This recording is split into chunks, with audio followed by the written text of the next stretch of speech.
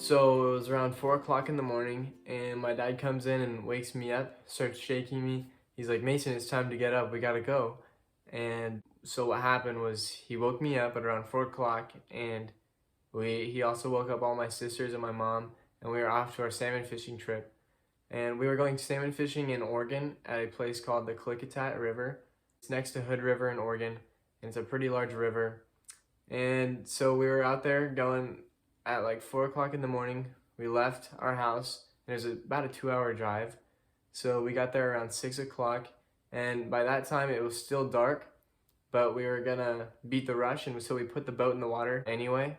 And so after we put the boat in the water, we just waited on the shore for like around 30 minutes just to make sure that we weren't doing anything illegal, which would be like if we were fishing when it was dark, that's illegal. And so we started fishing at around 6:30, and it was a super foggy day, super duper foggy, and we couldn't hardly see like 50 feet in front of us. It was really crazy. And also it was like sort of raining, so it was like kind of getting in our eyes. Felt really weird to be out in those weather changes. It was weird. It was a weird experience out in that weather, and we hadn't seen anything like that. So when we were out there, we were trolling, and pretty much everybody else was trolling. There was around 50 other boats that were out there with us that day trying to catch some salmon, and we heard the runs were pretty good. There's around 1,300 fish going over the dam that day, which isn't that much, but it was enough for there to be a possible chance that we could catch a fish. And so we were out there for a good hour and a half, and we weren't getting anything. We've been looking around like at the other boats the entire time. They haven't been catching really anything at all either. And so everybody on the river was trying to just like catch a fish, and they were getting kind of defeated, but nobody could catch anything. And we didn't know why that was, so we tried a bunch of other stuff, like a bunch of other stuff on our lures, trying to pick one up, trolling. And after another 30 minutes of trolling, 2 hours in, we were like, we got to change something up. We can't do this. We can't catch a fish out here. And my sisters were all complaining. They were saying, oh, let's just go home. We're not going to catch anything. We don't see anybody else catching anything. And I'm like, guys, no. Why would we leave right now? And my dad said, well, maybe we should stick it out for a little while longer. And I was like, yeah, we should. My sisters were again like, no, why would we stay? This is so stupid. Nobody's catching anything. And I'm like, guys, I've got a feeling. Let's stay here for like 10 more minutes. 10 more minutes. You guys can time me. We stayed there for around 10 more minutes. We started hover fishing at that point. We had to change it up. And so I dropped the line in the water, and my dad also dropped a line in the water, and we started drifting down the river, because that's what hover fishing is where you drift down the river with the current.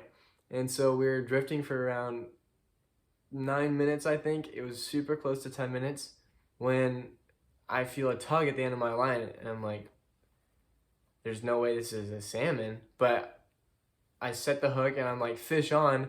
Everybody jumps up. My sister's like, no way. They're super excited. My dad's like, make sure it's not a sturgeon, because sturgeon are like really hard to cut off and hard to catch because they're so big, and they just like to stay down at the bottom. They don't usually like to come up to get netted.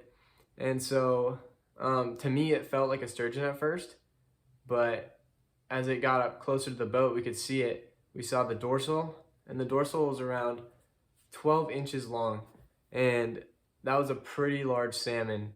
The fish was a massive fish, and it was around 20 pounds. We weighed it when we got home, and it was one of the biggest fish I have ever caught, and it was a super hard fight to get it into the boat, but it was a super worth it catch, especially because we got over 10 pounds of meat from that fish, which was super good, and it was bright red meat. So all I had to do was land the fish. And so what I did was I just wrangled it a little bit, and when it wanted to go, I let it go. And it was peeling line like 50 yards at a time. It was crazy. It was a super large salmon. And so eventually, like 5 minutes passed, and I get it 5 feet away from the boat. My dad grabs the net out of the holder, and he nets the fish cleanly and lands it on the boat. Next thing I know, the fish is getting bonked, and my sisters are all super excited. They're like, let's go. They're all screaming. There's other boats talking to us. They're like, yo, nice catch and everything, because nobody else could catch anything at that point. And so after after that, we pretty much just went onto the dock and we went home. So on the way home, my sisters were like, why did you even want to stay 10 more minutes? Because they're like, obviously it was a good idea for us to stay, but why we would have left. Why did you want to stay 10 more minutes? And I'm like, I don't know. I just had a feeling that we were gonna catch something. And so then they're like, well, good thing you did, because now we had a super fun experience. So what I'm saying and what I'm taking from this experience is that although this experience might have been luck, it was also just a feeling that I took that made it so my whole family could have a good experience, and they were able to enjoy a nice salmon fishing trip and actually come home with the salmon and not come home skunked. So lesson learned here is definitely take the chance to trust your instincts and make sure that you don't let hard situations drag you down, and everything will work out in the end.